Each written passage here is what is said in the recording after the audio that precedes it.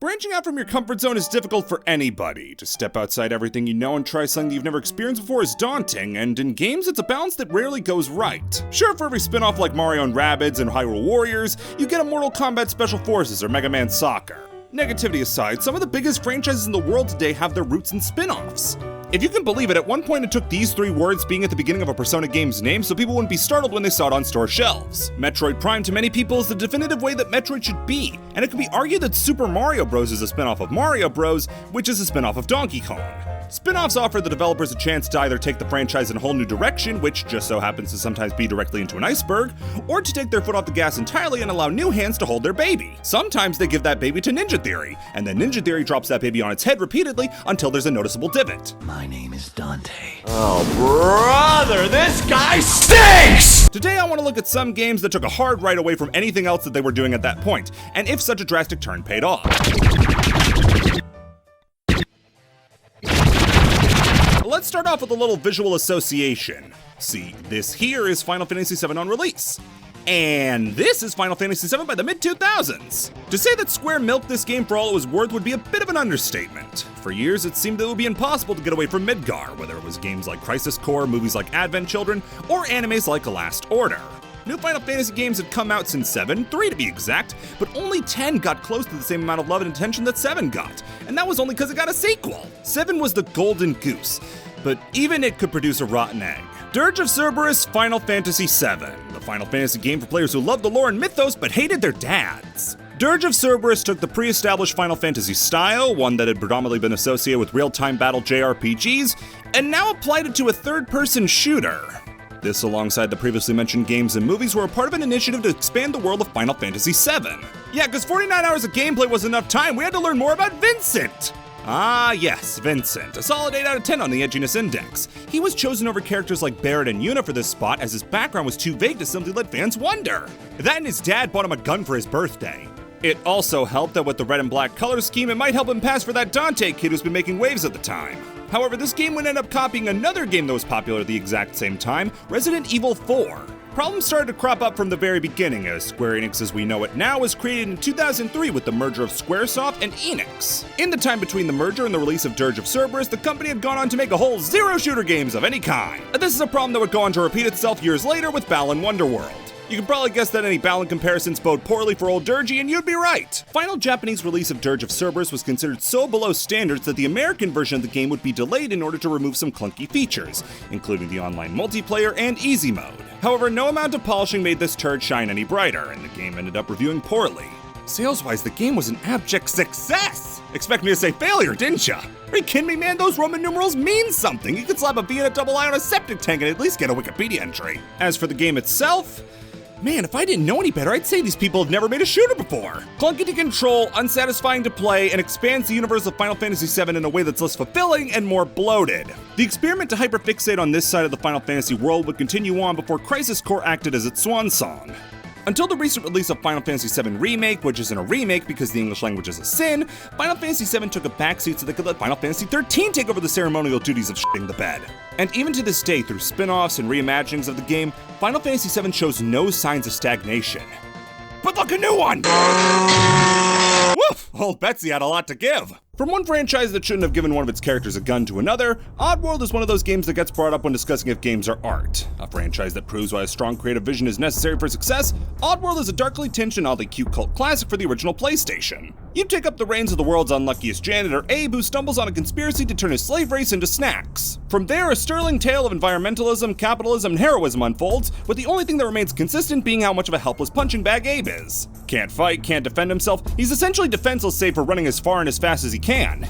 So what if there was an Oddworld game where the opposite was true? A game where you played as some nigh unstoppable, intense, and cool character to contrast Abe's scaredy cat but endearing nature. That's where Oddworld's Stranger's Wrath comes in. Not only does it do away with the grand and epic naming scheme of the previous games, it also does away with just about everything else too. Instead of using your game speak to talk and help save members of your species from certain extermination, you play as a tough-as-nails bounty hunter who not only has a compact bow, but can kill things! Finally, I was such a big fan of the deep themes, character design, gameplay, and story, but what was really keeping me from getting into the series was that I couldn't ice a motherfucker. This makes it sound like a Durge of Cerberus, but that couldn't be any different. Stranger's Wrath is a spin-off done unbelievably well. steering so far from the series beforehand that it sets itself apart in its own stylistic niche while still remaining unquestionably Oddworld. Name any other franchise that could so naturally pivot from story-based and atmospheric puzzle platformers into a bounty-hunting spaghetti western. In no other franchise can you say you play as a raspy-voiced Catman collecting disgustingly cute creatures to use as ammo for your job as a bounty hunter. Not just the aesthetics though, but it's an incredibly solid shooter. Shocking given the fact that the studio, Oddworld Inhabitants' only experience with 3D was the previous Oddworld game, Munch's Odyssey. You wouldn't guess that the Oddworld world lends itself so naturally to a character like Stranger, but everything complements itself so perfectly to make this game one of the most underrated gems of the Xbox era of games. It's so underrated because of how much it underperformed. This game is one of the most famous flops from that era of games. Not disastrous, 600,000 copies is nothing to clear your nose at, but it certainly wasn't helped along by its publisher.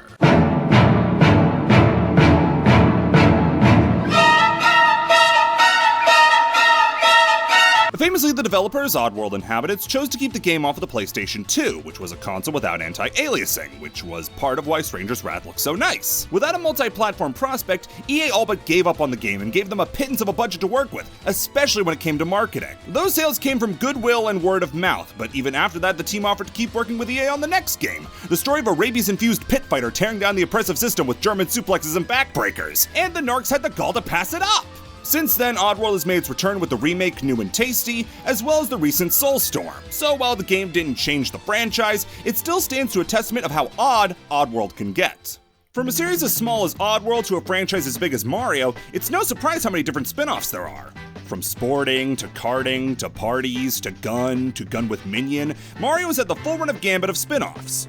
Mr. Video Games has seen it all, done it all. Seriously, name a thing, anything, Mario's at least tried it. It speaks to the strength of the base of Mario that you can slot him into all these different activities and not have him seem out of place. I'd say the early to mid 2000s were the peak of Mario spin-off games. Sure, new platformers were more rare, and this time we only got about 3. But in terms of games with Mario's big goofy mug stapled to the front of it, they were practically endless. Mario Baseball, Mario Golf, Mario Soccer but he's pissed off, Mario Party, Mario Kart, Paper Mario. These were all distinct series running in parallel with each other. Series is the most important word there, as there was one game from this time frame that wasn't so lucky as to get a sequel. But what franchise could you mix with Mario to get a one-time spin-off? DDR! There is so much weird stuff about this game. First off, this runs on a modified Mario Party 6 engine, which, depending on how modified it was, is terrifying to think how little had to be done to turn this into this. It's developed by DDR developers Konami, and ever since Philips created Hazardous Waste on the CDI, Nintendo has been very tight-gripped on letting people use Mario, only recently shifting their position on that. The third thing was the story. Yeah, gotta focus on the story in this Dance Dance Revolution game. This is the only Mario game sans ball or dice to choose to acknowledge the fact that Waluigi exists, and the first since Mario Party 3 to put him in a villainous role. That and the song that he chooses to play when you dance against him at the end of the game is a remix from a song from Wrecking Crew. This is the first in a weirdly long line of association that Waluigi has had with that game, but what would DDR in the home be without this portable litter box? Ah yes, the DDR dance mat that everyone had at least one of for some reason in the 2000s. I think they came with value meals. You might have gotten Dance Dance Revolution Hottest Party 3 on the Wii. Well, you better have gotten the f***ing dance pad or your mom and dad just bought you a very fancy coaster. Nostalgia is the only thing that's keeping these things from making landfills look a lot cooler. So Mario cutting a rug is already an odd idea, but it kinda made sense. Just like Mario spin-offs being at their peak, so was DDR. People were loving the chance to sweat their regrets in the home to Eurobeat that they couldn't understand, and to merge with Mario wasn't a bad idea. Sure, the series is famous for its music, but no one in the club was begging to bump it to Underground Theme 1-2. But the songs were appropriately remixed for their new environment. They finally added what the classic Mario theme was missing. That guy! But what about a Mario spin-off that was so spun off it didn't even have Mario in it? Mario is Missing is a game that if you literally only saw the cover and your thumb was covering this part, it would sound rad! A Mario game where Luigi has to save him from Bowser? Where do I sign? Why are you handing out homework? This game was developed by the software Toolworks, a company most famous for Cribbage King, a Star Wars chess game, and a few Mario games. They were the company Nintendo sought out to collaborate with following the edutainment game boom, and in such created a geography and social studies themed Mario romp.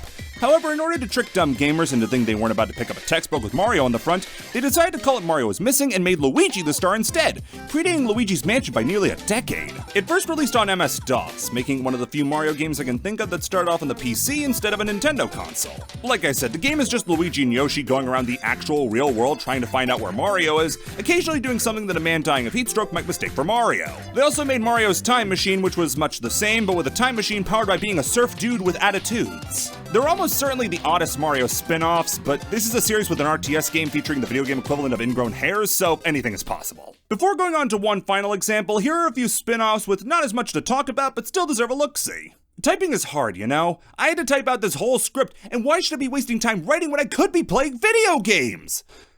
But what if typing was a video game? Now slow your roll, Buster Brown. I bet you're wondering, what am I talking about? Well, I'm talking about The Typing of the Dead, the game that took the already campy House of the Dead franchise and drove it off a cliff into complete cheese. Instead of using your guns and quick wits to blast zombies into colored rain, you gotta put what Mavis Beacon taught you to the test. By the way, did you know that Mavis Beacon wasn't a person? Like, she's not real. They just made her up so you would think somebody actually cared about whether you learned to type or not. Yeah, because my parents had a betting pool against me ever being able to type. Mavis Beacon is just as real as Hatsune Miku, and that f***ing hurts to say. Back to The Typing of the Dead, though. The game was originally released in the funniest arcade cabinet of all time, until eventually being ported to the Sega Dreamcast, where the characters in-game were modified to have giant Dreamcast strapped to their backs and keyboards in front of them. If there's one thing zombies hate, it's a guy who can spell supercalifragilisticexpialidocious. That's a final boss word right there. However, what for the longest time was an oddity locked to the Dreamcast and PlayStation 2 in Japan was eventually given new life with The Typing of the Dead Overkill, a modification to the House of the Dead Overkill, a game that once held the Guinness World Record for most swears in a video game. Now the exploitation film style of Overkill got paired with the ridiculous premise of Typing of the Dead, coming together to form a match made in heaven. Think of all the characters from the beloved Legend of Zelda franchise you'd love to see get their own game. Maybe a stealth game all about Impa, a hack and slash with Ganondorf, a rhythm game with, I don't know, this guy? Fuck you, Tingle! At least one person asked for this, as the game Tingle's Balloon Trip of Love was released in 2009 in Japan only, and follows a basement-dwelling 35-year-old man who purchased a book off the shopping channel only to get sucked into it and suffer a fate worse than death: being Tingle. From there, you go on a quest not dissimilar to the game's predecessor, Tingle's Ripened Rupee Land, with one major difference. Instead of money, Tingle wants a woman. Run! Not only does Tingle want to find love, he's going to do it with the help of his crew, a Tin Woman, a Scarecrow, and a Cowardly Lion, all from the Wizard of Oz. The only way to beat the game is to romance all 5 available girls into falling for you. This is a Wizard of Oz themed Zelda dating simulator starring Tingle. I feel like that's enough to convince you it belongs here without even going over the gameplay, which requires mechanics like the love push, and celebrates the completion of a dungeon by making nightmares real. I originally wanted to give this spot to Hyrule Warriors Age of Calamity, since it's the prequel to Breath of the Wild, the sequel to Hyrule Warriors, and neither of those things at the same time. But then I found the save pig and realized the choice had been made for me. When you think of Pac-Man, what do you think of? A dot chasing yellow fella? A Disney XD show with way too much lore for its own good? The best character in Smash? Or maybe you think of an annoying little prick who won't listen to you even if his life depends on it. That would be the case if you played Pac-Man 2: The New Adventures. Some of you are probably typing away about how this isn't a spin-off, it's a sequel to the original Pac-Man. Well, cool your jets, Geronimo, because you've been localized. In Japan, this game is called Hello Pac-Man, but presumably seeing that Namco had just given them a dead bird to work with, they decided to call it Pac-Man 2 to make up for that fact. So this game is less of a sequel to Pac-Man and more a game based on the Hanna-Barbera cartoon. You get all the classic characters: Pac-Man, Pac-Man, Pac-Man with all lowercase letters instead of uppercase, Subhuman Pac-Man, and distressingly, that's all the Pac-Man in the game. So whereas Pac-Man is about chasing ghosts in a maze, this game is all about strategically flicking Pac-Man in the back of the head so he doesn't poison the water hole. You don't play as Pac-Man, instead you play as an unseen character who has a very slight amount of influence over Pac-Man's incredibly mundane life. You just sort of watch him go places and occasionally point him in the direction of whatever he needs.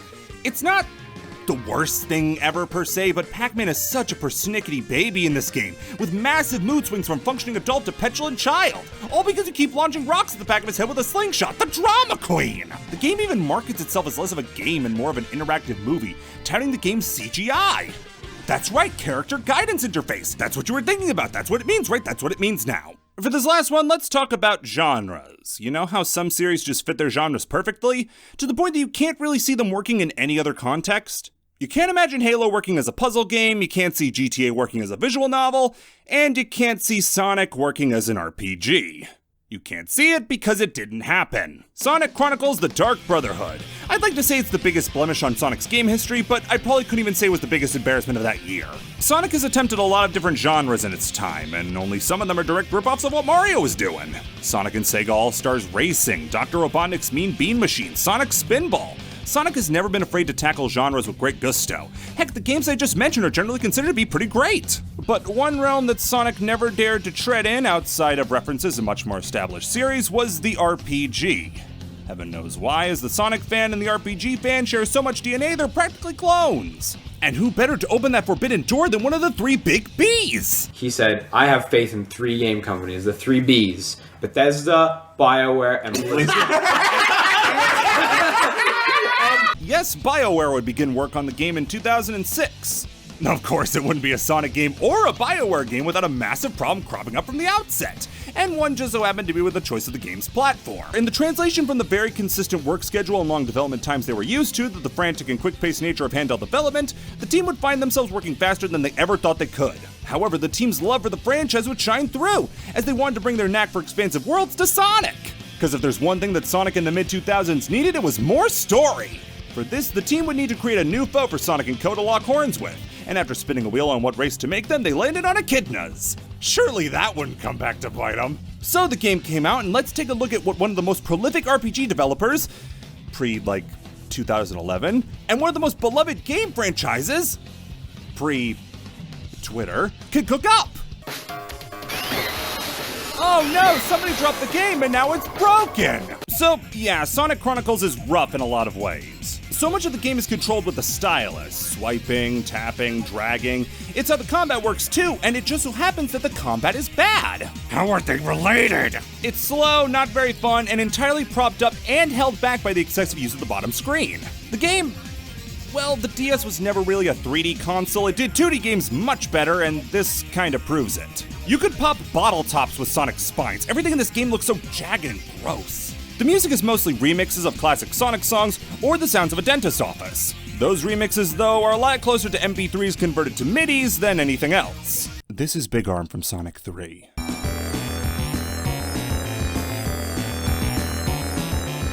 This is Big Arm from Sonic 3 on drugs.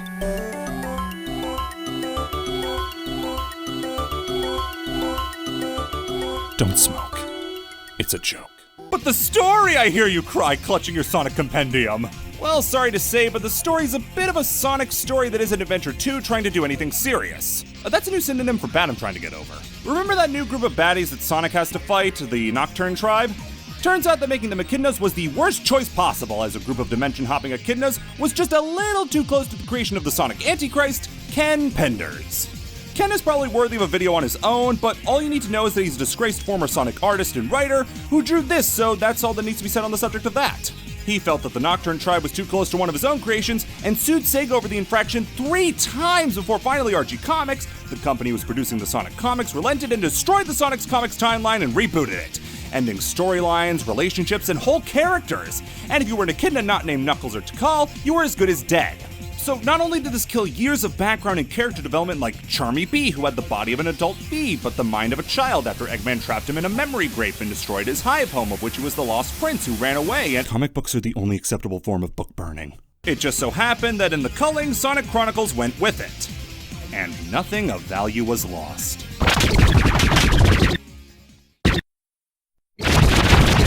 So, what did we learn today? What did we learn today?